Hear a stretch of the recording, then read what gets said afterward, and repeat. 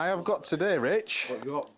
chicken stroganoff and herb rice. Oh, Well, that sounds nice. well, that sounds well nice.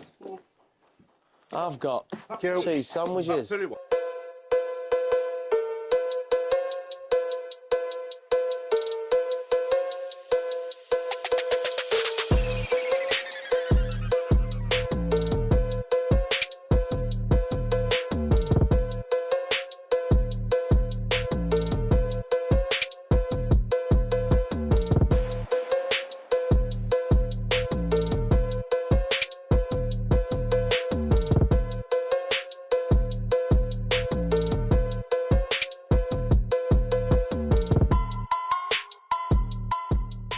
So hello everybody, it is the start of a new vlog. It is Wednesday the 10th of April.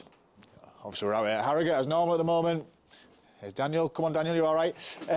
So what we've got going on today is we're trying to get on with the last dormer upstairs, trying to get the GRP done, but weather is holding us back quite a lot again.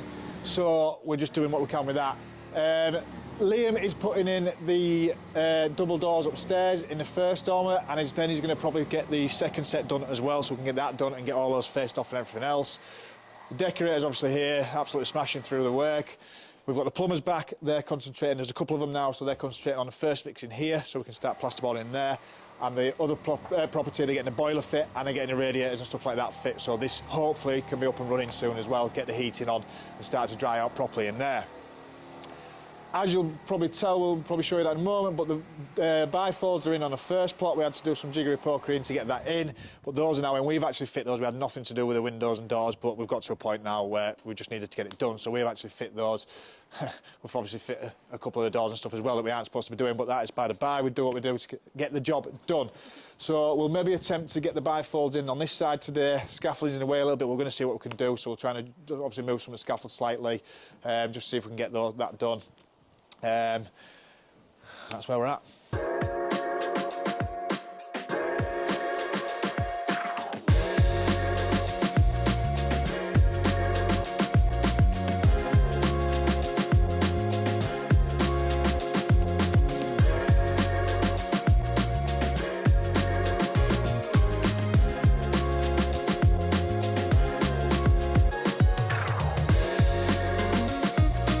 So what we're doing here is Chris has got us doing another little test again. So you'll have seen we've done a few beforehand in the previous video, but what we're going to do is we're just going to test the difference in how the paints go on the wall to what we normally use. So we're using the Johnston's, the cleanable mat. So this is obviously a kitchen area as well, so it'll be perfect in here. But we normally use the Valspar Trade products on our walls. So we're just going to see the difference in how these go on. Chris wants me to try it and see how it goes. So we'll have a look. He's just cutting in, and we're following behind with my roller. Well, Chris's roller in fact. You can follow now. So let's have a look. Oh, what's my roller doing, Chris? There we go, we're locked in.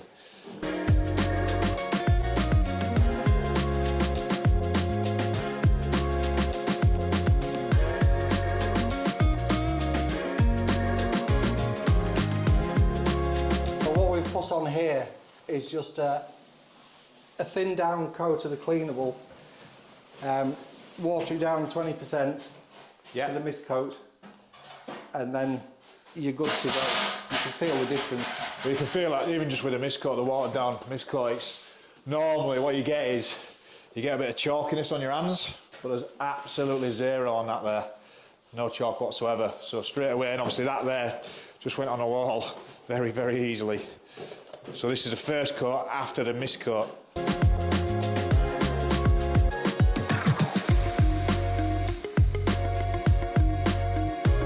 Just like that? Just like that. Bosh. So how Like does a professional out of me yet? How does that cover compared to what you? Oh, loads better. Loads better. You seem to be using a lot less paint. Yeah. And it just covers so much more. This is the thing. The spread rate is much better using the same system, so the paint goes a lot further.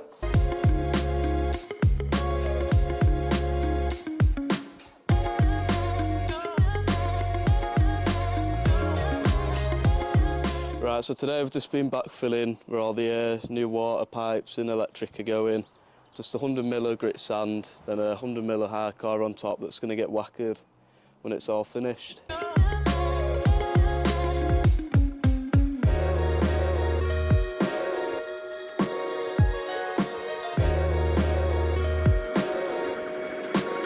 Right everybody, so a little update on Harrogate. We have now got all the bifold doors in, so both sets are in. The front door is also in, and the two double opening doors upstairs on the dormer roof, those are also now in. So that's everything other than the front door next door. So we're just waiting on that, we're just clearing out that. So the lads are, while we're on with that, the lads are also now ripping out in there, downstairs. There's the last bit of ripping out we should have to do. So they're on with that next door. Taking the ceilings down and taking all the plaster off the walls because we're going to redo all that. It's just easiest to run the cables and copper and everything else down, and we'll just reboard it. The flooring, which you'll probably see, is now down in this plot. So obviously this is the furthest along, so we're now down with the oak flooring. Wanted that running underneath for the kitchens because the kitchens are going down both sides, so they wanted that running in there. Got a last little bit to finish off in the toilet area, and then that will be complete, so hopefully that will be done today, and then we'll get it all covered up so nobody scratches it, fingers crossed. We've also got the roof finished today as well, so that will be done today. Just need to point up the verges on that one side. These ones are done, so it's just that last one to do. And then the roof is finally watertight. The sparkers and plumbers are next door, getting that first fixed. And then we've had the lads finished off all the king spanning now, so that's now done upstairs. And then now on with plasterboarding up, getting ready for the plasterers coming tomorrow. So the plasterers are coming tomorrow. The plan is get all these reveals done in here, and they can start upstairs next door as well.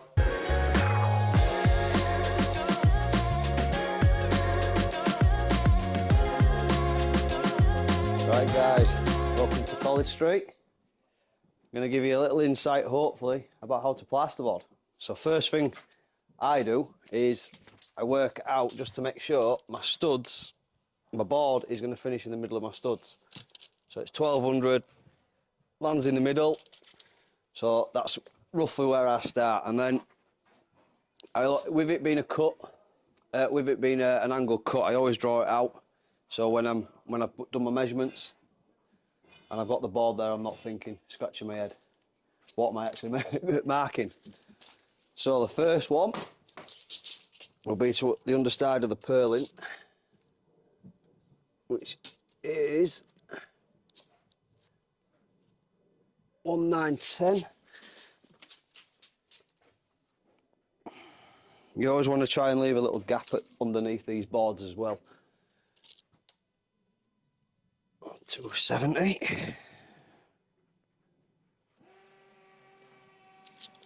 And that one is 3250.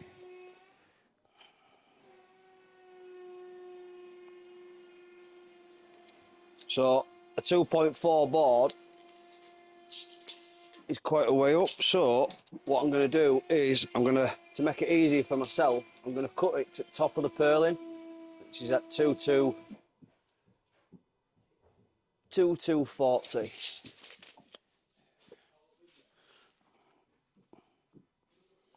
So now I've got my measurements and I can see what I'm cutting now. So I can take that to where we have our cutting station.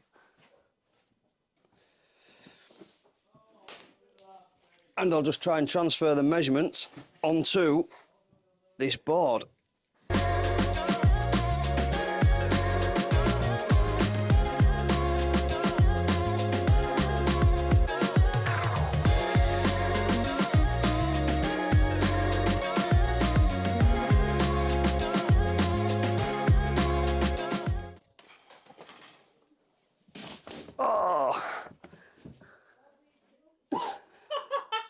Oh no!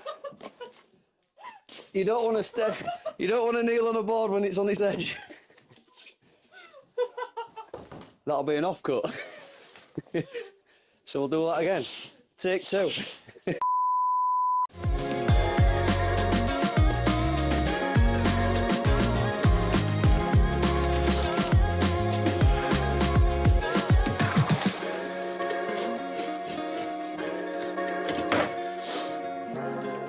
And that now should be able to fit where I want it.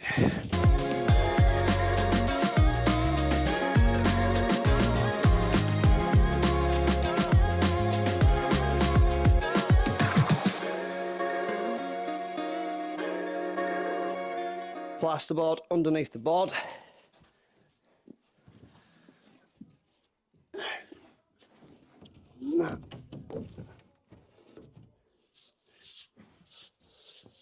That there gives us a slight little gap underneath. The board next to it hasn't got one, but really that fits there lovely.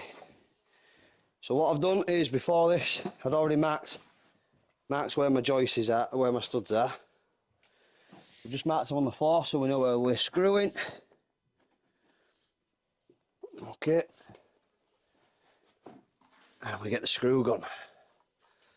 Lifesaver when they work.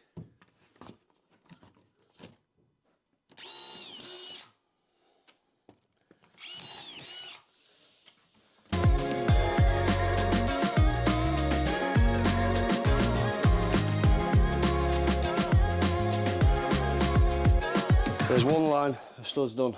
I'm gonna quickly finish the rest when it's dinner time. Bored. You know, and you're waiting for stuff. What's the drawing? Oh, the drawing. Oh, did you see my drawing? Yeah. I've got amazing art skills. You're an artist? I'm an artiste. So, my drawing is, I drew a baby elephant. This is my spider diagram. So this is how we get on to work. So I writ Patrice, or Patrice. It's more like Pat Rice. I drew a guy that obviously, I don't know him. That was Lee on Tuesday. That was Lee on Tuesday, losing his mind. Back of an elephant for some reason. And I don't even know what that is. But keeps us going on this journey of joyousness. Yeah, it's really, really bad drawings, but I just got bored. Thought I'd sharpen my pencil up, blunted my pencil a little bit, and I thought, why not? You look around the place, there's loads of... There's drawings everywhere. I'm just, oh, look at this, I'm going to draw now. Oh, I'll draw that. So, yeah, we're going to obviously have our dinner, have a good tidy up, and then start boarding again. We have the Rubios, biodegradable, I am dyslexic, biodegradable plant-based bags. Like, if the camera can sniff it. Ooh. Ooh, yeah. What is this, like a tea review? We can do. We could do an ASMR tea review. We've got millions of views. If you understand that, I would have Rule of 6. It's not clean, but we'll use it anyway. Yeah. We've got the perfect amount of water. Scaled water. Water scaled to 1 to 100. That's me regular. It's all right. I'm just giving it a stir. Needs a clean anyway. Look at that. 1 to 100, and we went to 60 millimetres. There you go. Look at that. And now we enjoy, don't we? Leave it a little bit longer. Actually, it's not as bad today. Got tomato soup with a bit of bread. What? Bit of bread. Bread. Whisper. Sandwich. 2 yogurts. Oh, grapes. Banana. Oh, Oh, and a packet of crisps. You know what? Packet of crisps. Have you put your banana in with your sandwiches? yeah, you are now, yeah. What? Oh, Your sandwich will no. taste like banana. Rookie error. Oh, no, what are you doing? Blind taste test.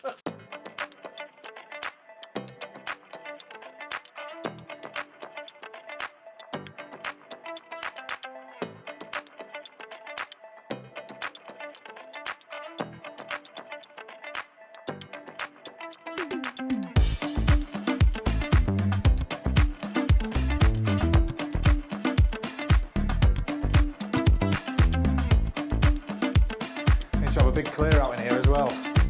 Keep on turning it.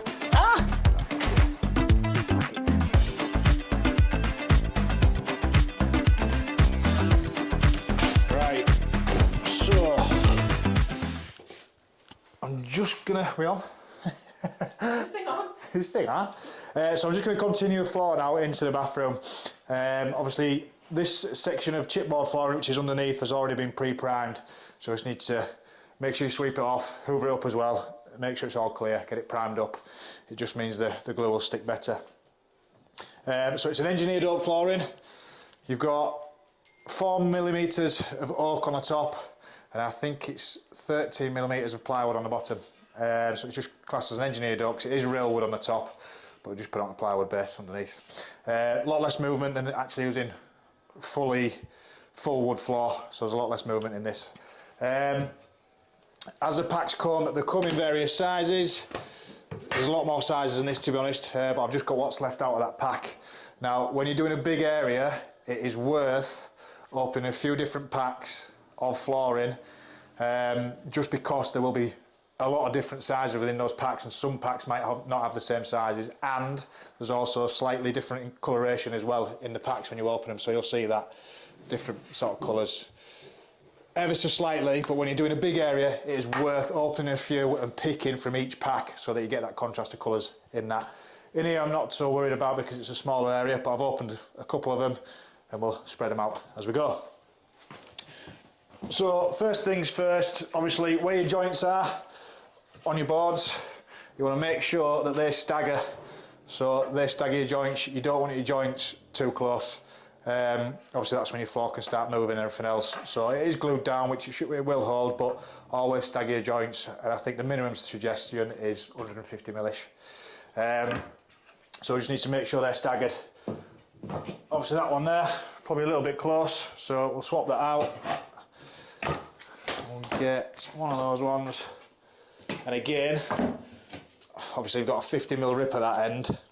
So what I'll do is, I'll cut that one down, probably to somewhere here, so I can put that joint in and stagger it as we go. I like to keep these little features in, these little knots and stuff, so I'm going to keep that one in when we put it in. I think it'll look nice. So I'll go cut this.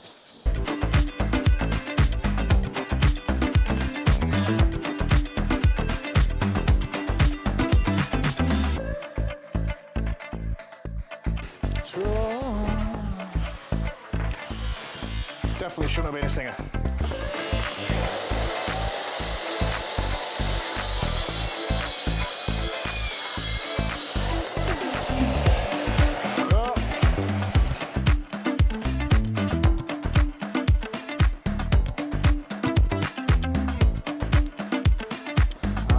Try that in.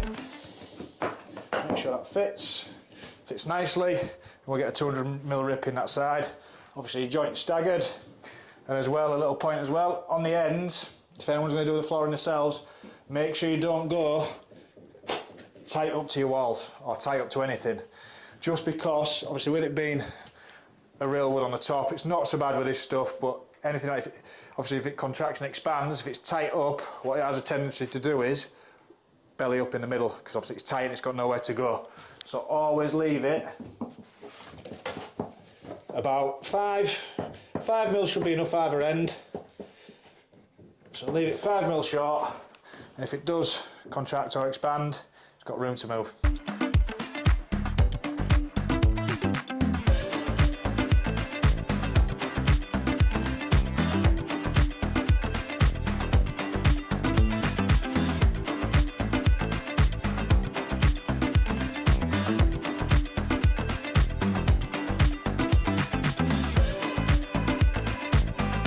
Right, so we've done 3 feature walls in the bedrooms. This one is Wing Commander from the Johnston's range. And downstairs we've done in the back room Pilgrimage and in the front room Olive Sprig. They've been chosen because the clients wanted contemporary but a country feel. So that they work well with what they wanted.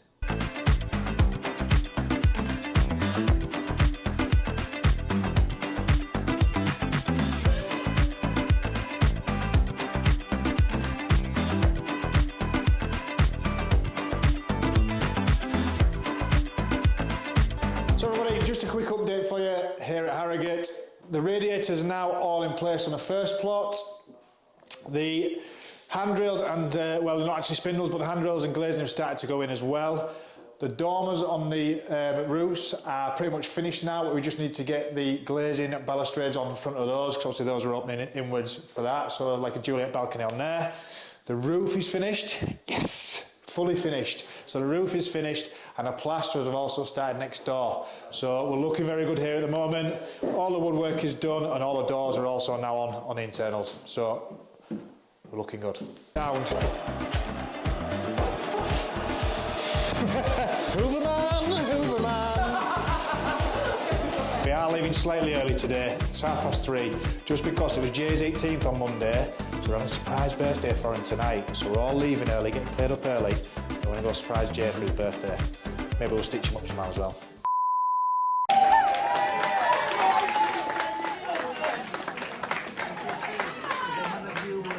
Thanks for watching, everybody. Please don't forget, do like and subscribe, share it with your friends, and we'll see you next time.